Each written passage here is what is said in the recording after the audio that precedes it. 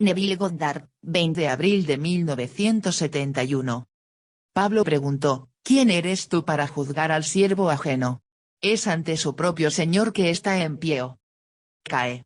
Y estará firme, porque poderoso es el Señor para hacerle estar firme.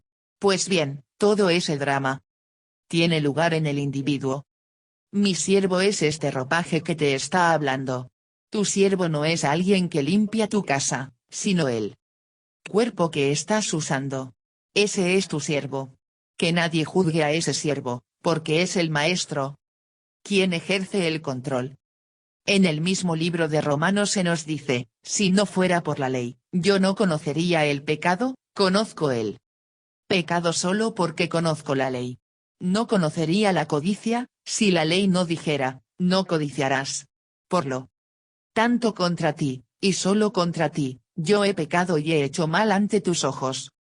Nadie sabe a lo que el maestro está exponiendo al siervo, a fin de transformarlo en su propio ser. Y cada uno, lo sepa o no, atraviesa el infierno cada uno. Cuando uno se regodea porque hasta ahora no lo ha atravesado ni recuerda que haya pasado por algo similar, pues yo no diría pobre de él, sino que él no lo sabe. Él simplemente no lo sabe. Ahora permítanme compartir con ustedes una carta que llegó hoy. Esta señora está aquí esta noche. Ella escribió, tuve un sueño en el que había enormes máquinas, que mueven montañas y hacen carreteras, y había un hombre que me llevaba por una corriente magnética. Me movía como una marioneta, como si él simplemente me moviera a su voluntad, pero yo me rebelaba internamente y utilizaba cada pizca de fuerza que tenía para dejar de ser ese robot, pero ella no podía. Él la movía según su voluntad y ella interpretaba el papel de marioneta. Luego ella dijo, vi que algo tomaba forma. Él estaba tratando de formar algo en mí, o de mí, o a través de mí, algo se estaba formando y parecía ser de vidrio líquido y caliente. Bueno, ya sabes el calor intenso que se necesitaría para reducir el vidrio a un estado líquido. Y entonces me di cuenta que la silueta de un hombre tomaba forma, y salía de la parte superior de mi cabeza. La cabeza estaba perfectamente formada, pero el resto era todavía una masa, aún sin forma. Yo le diría, estaba perfectamente formado. No esperes que se forme nada debajo de la cabeza, no vas a encontrar, por debajo de la cabeza, la forma que ahora usas. Yo digo que la forma está completa cuando ves salir la cabeza de tu cabeza. Se nos dice en Jeremías, en el último versículo del capítulo 30, el ardor de la ira de Jehová no se calmará hasta que haya ejecutado y cumplido las intenciones de su mente, en el fin de los días lo entenderéis. Luego, yendo al siguiente capítulo, el 31, se nos dice, el Señor ha hecho una gran cosa en la tierra. Una mujer rodeará al varón. Esto se traduce como, ha convertido a una mujer en un hombre, el regreso de la Virgen de Israel, su propia emanación de sí mismo, el Señor Jehová. En el final, si hay alguien a quien culpar, es solo a Dios, como se dice en el libro de Job al final de todas las pruebas, de todos los horrores a los que fue sometido, luego de los cuales sus amigos vinieron y lo consolaron. Eran todos sus amigos y confortaban a Job por el horror, por el mal que el Señor Dios había descargado sobre él. Así que a este cuerpo tú le has hecho atravesar infiernos, si me permites decírtelo, pero le has hecho atravesar infiernos para aprender determinadas lecciones, porque se nos dice, la ley es espiritual. Pero el hombre no lo sabe hasta que ha atravesado todos estos fuegos de la experiencia, y entonces descubre que es espiritual, y al final, cuando todo se revela en su interior, la ley se vuelve muy fácil de manejar. Pero esto no sucede hasta el final. Porque también se nos dice, Dios ha consignado a todos los hombres a la desobediencia, para tener misericordia de todos. He aquí una historia sencilla. Un niño nació en la pobreza en Odessa, Rusia, En una familia judía en la que escaseaba la comida, él era el mayor de 5 hermanos. A temprana edad su madre murió, dejando nada más que un puñado de chiquillos. Él tenía probablemente, digamos que unos 10 años, y tuvo que trabajar para mantener a la familia. Su padre era un trabajador, pero no podía aportar lo suficiente para alimentar a la familia. Él nunca supo lo que era tener un par de zapatos nuevos, pantalones, camisa o sombrero nuevos. Todo cuanto poseían les era dado por caridad, y nada era nuevo, todas eran prendas que otros habían dejado de usar, de segunda mano. Así que cuando se desgastaban sus zapatos de arpillera, no podía volver y ponerse otro par para envolver sus pies en la fría Rusia. En una oportunidad consiguió un trabajo que consistía en ir desde una tienda al banco, todos los días, llevando billetes de alto valor para que se los cambiaran por plata y cobre. Así, cuando regresaba, tenía la misma cantidad de dinero pero en plata y cobre. Un día, parado frente al cajero, se dio cuenta de que el cobre y la plata eran similares exteriormente. Parecían iguales, y se preguntó a sí mismo, ¿no sería maravilloso si cometiera un error? ¿No sería maravilloso si el cajero cometiera un error y me diera plata en lugar de cobre? En ese momento, él asumió que el cajero se equivocaba y visualizó mentalmente que tomaba sus cosas y se dirigía de nuevo a la tienda. Él sabía que el cajero no lo había hecho, pero simplemente desechó la realidad y se metió en un pequeño juego. Volvió a experimentar la sensación de que el cajero había cometido el error y se preguntó, ¿y ahora qué voy a hacer? Voy a ir a un restaurante y comer por primera vez en mi vida hasta sentirme satisfecho.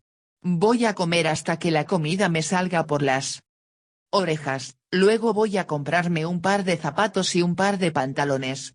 Sabía que le alcanzaría para todo eso. Cuando regresó a la tienda, el cajero no había cometido el error, pero sentía la alegría de haber asumido esa realidad. Al día siguiente el hombre cometió ese error. Y el muchacho lo advirtió en el momento. Salió y fue a otro banco y cambió la plata por cobre en la cantidad adecuada para poder llevarlo correcto a la tienda, quedándose con la diferencia.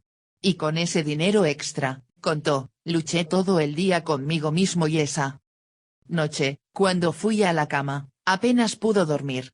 Luché y luché conmigo mismo porque estaba en conflicto con lo que mi fallecida madre me había enseñado, no hurtarás, no codiciarás. Pero al día siguiente mi hambre y mi deseo de tener un nuevo par de zapatos y nuevos pantalones prevalecían sobre lo que había oído de mi madre. Y comí, no hasta que me saliera por las orejas, pero sí hasta sentirme lleno. Luego me compré pantalones y un par de zapatos. Ahora bien, ¿quién lo hizo?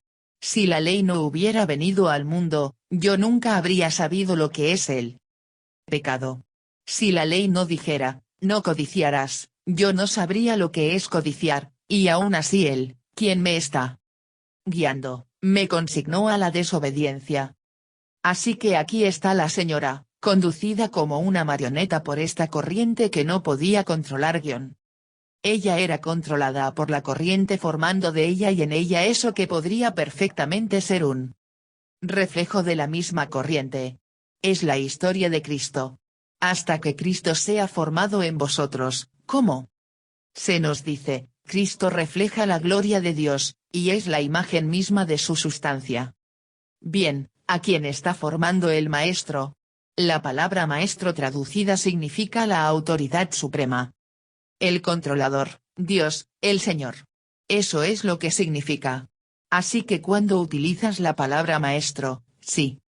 Buscas, verás que significa la autoridad suprema, el Señor, Dios, el controlador. Por lo tanto el controlador tiene el control de cada vida en el mundo. Ese controlador es Dios, y tú estás consignado a la desobediencia para que Él tenga misericordia de ti. Tú te encuentras como el muchacho, hambriento y avergonzado por los harapos que vestía, cuando Comprendió que la ley era espiritual. Así se elevó él, desde ese estado de pobre muchachito judío en Odessa, Rusia, y después de la revolución se encontró, cuando la guerra llegó a su fin, entre los soldados que abandonaron Rusia y se encaminaron a Francia. Cuando murió, a los 77 años, un Viernes Santo el pasado Viernes Santo dejó una herencia que asciende a millones. Aprendió la ley. Él entendió que la ley es espiritual. Y me contó que nunca llevó a un hombre a los tribunales por deudas impagas, simplemente se sentaba en su escritorio cuando todos los empleados se habían ido, y escribía una carta agradeciendo al deudor por su pago. Nunca la enviaba, pero entraba en ese estado de ánimo y les agradecía por el cheque que habían enviado. Y me dijo, en cuestión de días, no más de una semana. Generalmente a los 2 o 3 días, llegaba un cheque.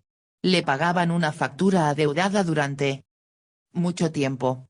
Pero nunca, dijo, ni una sola vez perdí un amigo, porque no podía permanecer en el negocio y perder clientes, y así nunca tuve que intimar a un cliente. He aprendido la ley. Comprendí que lo que asumo, aunque mis sentidos lo nieguen, si realmente creo en ello y pongo toda mi fe en lo que asumo, se convierte en realidad. Y así he vivido de acuerdo a ello. Mucho antes de conocerte, Neville-. Mucho antes de haberte oído nombrar supe de ti a través de mi esposa. Ella oyó hablar de ti y de la ley. Nosotros empezamos nuestra relación cuando estábamos en París, pero mucho antes de conocerla y de conocerte, yo comprobé esta ley cuando era un chiquillo pobre en Rusia, y empecé a vivir de acuerdo a ella. Y así, ni una sola vez he tenido que llevar a un hombre a los tribunales para recuperar el dinero que me adeudaba por mercancías. Cuando murió, a la madura edad de 77 años, murió repentinamente de un ataque al corazón. Él había comprobado que las palabras de Pablo estaban en lo cierto, y no lo conocía a Pablo ya que nació y fue criado en la fe judía, por lo que dudo que alguna vez leyera el Nuevo Testamento. Y Pablo declara en el 7º capítulo de Romanos que la ley es espiritual, y hace esta audaz afirmación: si no fuera por la ley, yo no conocería el pecado, no conocería la codicia, si la ley no dijera, no codiciarás. Por lo tanto, Dios ha consignado a todos los hombres a la desobediencia, para tener misericordia de todos. Y mientras la dama trataba de resistir, aunque no podía, era guiada en una dirección determinada en contra de su voluntad, pero tenía que ir, ya que ese algo dentro de ella es el maestro, y le está haciendo atravesar las llamas. Cuán largos, cuán vastos, cuán severos los hornos donde encuentras al Padre, sería largo de contar. Blake, de Jerusalén, y el Padre es el Maestro. Ese es el ser que realmente eres, y tú, la cosa que ves aquí, no es más que una emanación de ese Maestro. Y nadie sabe el trasfondo de aquel siervo, ya que este es el siervo. He hallado a David, hijo de Isaí, un hombre conforme a mi corazón, que hará toda mi voluntad. Por lo tanto, se lo llama siervo, pero al final, él es llamado el Hijo. Él realmente ahora ha vuelto, y se ha convertido en uno. Pero de pie frente a él está aquel a quien hizo atravesar todas las pruebas. Por lo tanto es David. En el Salmo 51, el profeta Natán va hacia él y le recuerda lo que hizo cuando se dirigió a Betsabé. Envió al marido de Betsabé a la batalla con la esperanza y el conocimiento de que iban a matarlo y entonces él conseguiría a Betsabé. Natán va y se lo dice, y las palabras de David fueron: contra ti, solo contra ti he pecado, y he hecho lo malo ante tus ojos. Y sin embargo, ¿quién lo hizo? Yo solo hice tu voluntad, que expresaste por esta ley que me diste, el deseo de codiciar. Nunca habría sabido lo que es codiciar, si la ley no hubiera dicho no codiciarás. Y así me hiciste pecar. Por lo tanto Dios me consignó al pecado poniendo sobre mí una carga que no podía en esta carne resistir. Entonces, ¿quién eres tú?, preguntó, para juzgar al siervo de otro. Él permanece en pie ante su propio maestro, o cae ante su propio maestro, pero será sostenido en pie. Pues el maestro tiene el poder para hacerlo. Así que puedo decirte que cada uno en el mundo ha atravesado el infierno. Si no, van a atravesarlo, o están atravesándolo ahora. Y tú has perdido signo de interrogación abierta, dices que tiene 5 sentidos signo de interrogación, has perdido cada uno de ellos en algún momento, pero cada uno, y al final vas a ser aquel de quien habla el Evangelio, quien tiene el poder de perdonar los pecados. Cuando Él venga, Él viene solo al final de la travesía. Cristo viene una vez, al final. Es entonces cuando Él viene. Y cuando Él viene, viene de la manera más maravillosa y misteriosa, y deja que aquel para quien Él viene, porque Él fue el Maestro todo el tiempo, y cuando Él viene, deja que aquel en quien se eleva, experimente quién es Él. Y tú experimentas a Cristo en primera persona, en tiempo presente, singular. En este mundo podemos conocer una cosa mentalmente, comparándola con otras, analizándola y aceptándola, pero conocemos una cosa espiritualmente solo convirtiéndonos en ella. Jamás en toda la eternidad conocerás a Cristo hasta que te conviertas en Cristo. Y Cristo viene en el final definitivo. Así que cuando Él venga bien, tú sabes exactamente quién es Él, perdonas a todos los seres por lo que han hecho, por lo que van a hacer, o por lo que puedan ser obligados a hacer, ya que se mueven por obligación, todos y cada uno. Tú has robado, y te has sentado en el juicio al ladrón. Tú has sido ciego. Y él dijo, Maestro, ¿quién pecó? ¿Este o sus padres, para que haya nacido ciego? Él respondió, no es que pecó este ni sus padres, sino para que las obras de Dios se manifiesten en él. No lo culpes, como hacen todos. Él es ciego, ciego de nacimiento. La pregunta implicaría que quien la formulaba creía en la reencarnación, pero no acepta esa teoría. ¿Quién pecó? ¿Este hombre? Él nació ciego. ¿Quién pecó, él o sus padres, para que naciera ciego? Ese es el relato en el 9º capítulo de Juan. Y él respondió, no es que pecó este ni sus padres, sino para que las obras de Dios se manifiesten en él. Sed perfectos, como vuestro Padre Celestial es perfecto. Él lleva al Hijo, te lleva a ti, llamado el siervo, y le hace atravesar el infierno. Como dijo la dama, cuán intenso calor se necesitaría para reducir el vidrio a un estado líquido. Era cristal líquido y caliente que tomaba la forma de un hombre, que salió de la parte superior de mi cabeza, y la cara era la de un hombre. Estaba completa, esa es la palabra perfecta, completa, pero el cuerpo no lo estaba, ya que el cuerpo no va a ser como este cuerpo. Va a ser ese cuerpo glorioso del que he hablado una y otra vez. Cuando se eleva como los serafines, esa ardiente serpiente. La cara, sí, es humana, la voz es humana, las manos son humanas, pero no preguntes por el cuerpo. Eso es algo totalmente diferente. Ella vio correctamente y ya había atravesado los hornos, ya que de otro modo no podría haber visto ese vidrio de claridad de cristal, que es tan claro que puede reflejar la gloria de Dios. Si no fuera hecho en esa forma, no podría reflejar la gloria de Dios. La imaginería es perfecta. No solo la refleja, sino que también la irradia, porque se convierte en uno con aquel que le hizo atravesar las llamas.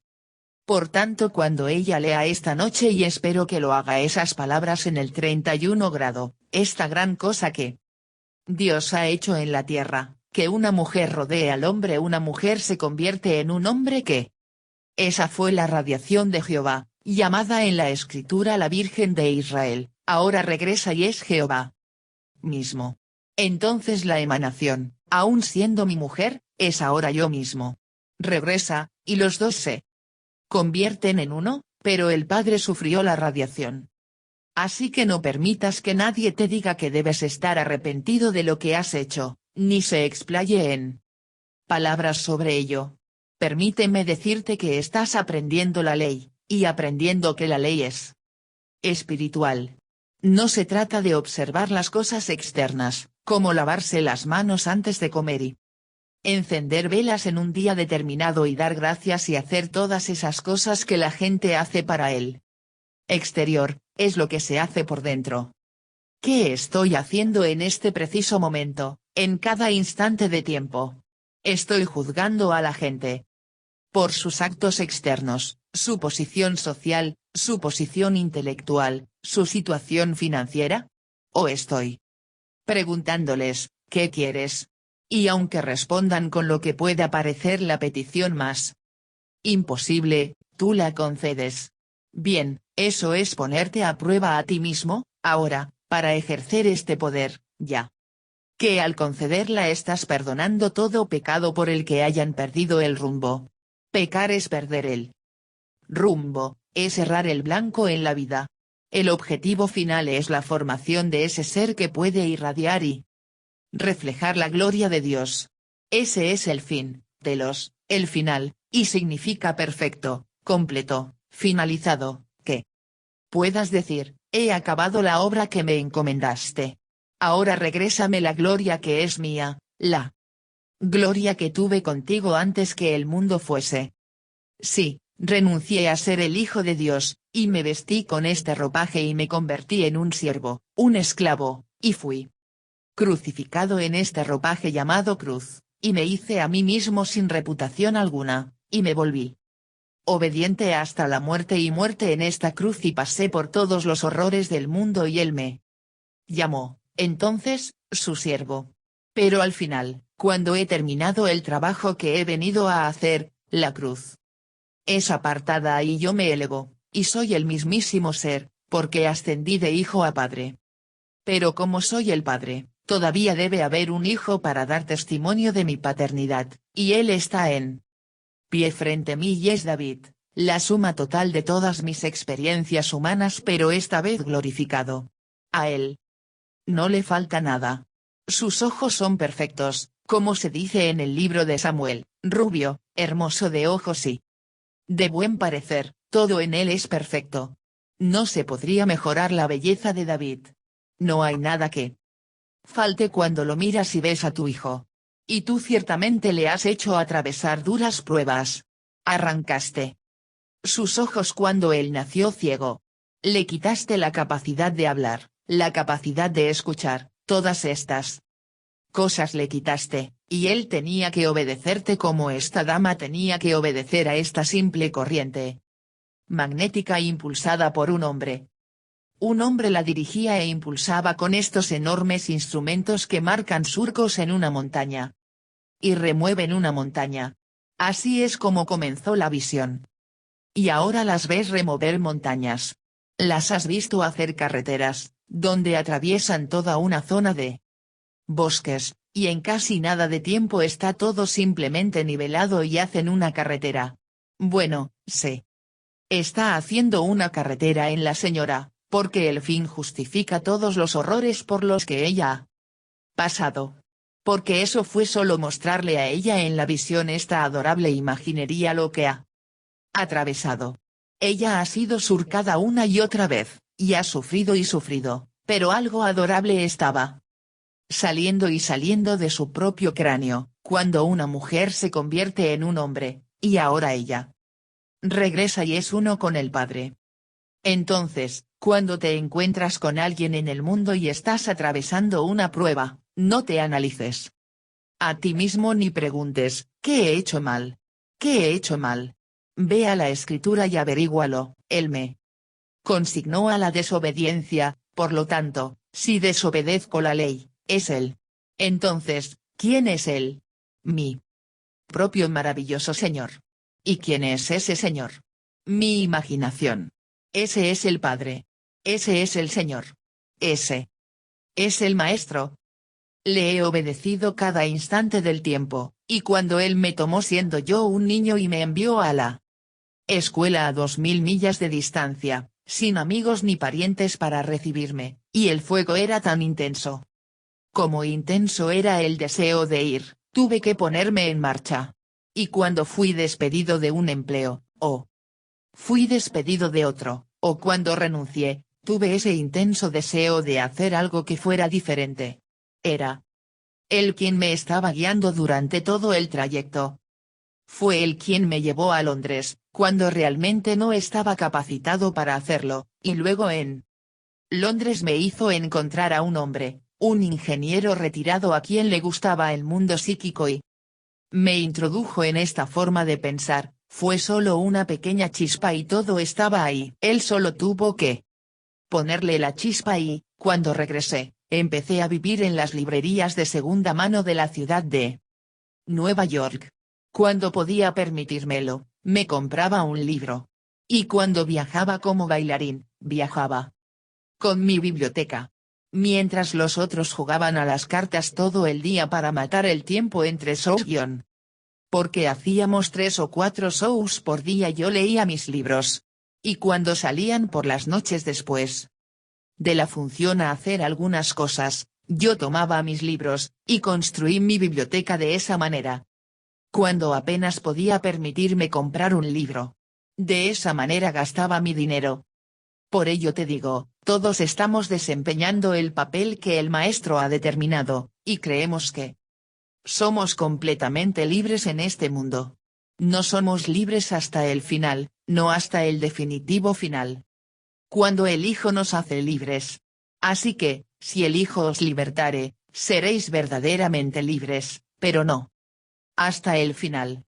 Y así es como te lo transmito, estamos descartando errores y aferrándonos a la verdad, y descartando más errores y aferrándonos a la verdad, porque yo soy el camino, la verdad y la vida. No hay otro camino. Te he dicho exactamente lo que va a suceder. No hay otro camino. No hay un diario matutino que no tenga alguna publicidad tratando de persuadir a los lectores de que hay otra manera, y los llaman con diferentes clases de ismos. No hay otra manera. Cuando llegue el final, vas a encontrar quién eres, y cuando lo encuentres a él, tú eres el Señor Jesucristo, y el Señor Jesucristo es el Señor Dios Jehová. Y entonces llegará ese momento inevitable. Cuando se alcanza el final, en que te quitas el ropaje y eres uno con la eternidad, y todos los que te precedieron no son más grandes que tú porque te precedieron. No, todos son lo mismo, la hermandad. Y esa única hermandad constituye el Dios y Padre de todo. Entonces, ¿quién eres tú? Preguntó Pablo en el capítulo 14, versículo 4 de Romanos, ¿quién eres tú para juzgar al siervo ajeno? Es ante su propio Señor que está en pie o cae. Y estará firme, porque poderoso es el Señor para hacerle estar firme. Él se mantendrá en pie, y al final todo será perdonado. Así que esta noche le digo a la amiga que escribió la carta que recibí hoy, enhorabuena. Y si la visión parecía descabellada por momentos, me regocijo. Transcríbelos para mí y envíalos, no importa cómo lleguen. Te aseguro que todo tiene sentido para mí. Tu carta hoy fue pura alegría. Y la carta de tu hija fue pura alegría también. Y tiene una enorme importancia. Ella me ha visto desempeñando un rol, y cuando esta cosa monstruosa apareció y estaba a punto de morderte, apareció mi cara, y ella te dijo en la carta, al menos así me lo dijo, que no era la cara del monstruo sino tu cara, y todo se desvaneció. Donde quiera que él aparece, pondrá fin a todos los sinsentidos, porque yo he pasado por ello, mi querida, he atravesado todo lo que te he dicho. No estoy haciendo especulaciones. No estoy teorizando. Esta noche yo le diría a cualquiera que está pasando por un gran dolor, el maestro está haciéndolo. El maestro ha llegado. Si ahora no eres consciente de la ley, es porque no estás preparado para ello. Pero tú te has concientizado de la ley, y a menos que seas consciente de ella, no puedes violarla.